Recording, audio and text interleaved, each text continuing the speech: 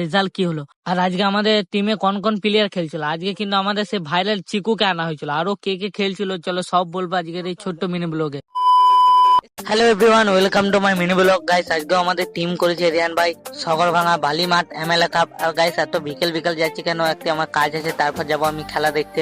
আমার একটি কাজ ছিল, কাজটাকে কমপ্লিট করে পরে এলাম এখানে। আর তখন এলাম তখন সন্ধে হয়ে গেছে। এখন যাবো আমরা সাগরভাঙা, যেখানে আমাদের খেলা আজকে টিম করেছে সেখানে।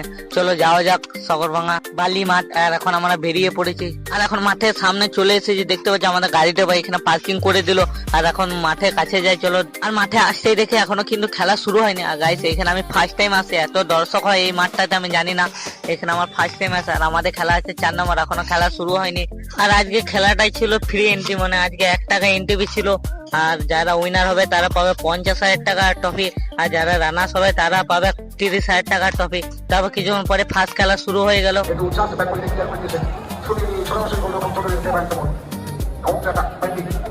আর ফার্স্ট খেলা শেষ হয়ে গেলে তারপর কিছুক্ষণ পরে সেকেন্ড খেলার টিম নেমে গেছে। আর সেকেন্ড খেলাতে দেখে সে ভাইরাল প্লেয়ার তারক হেমব্রম এসেছে। তারপর কিছুক্ষণ পরে খেলা শুরু হয়ে গেল।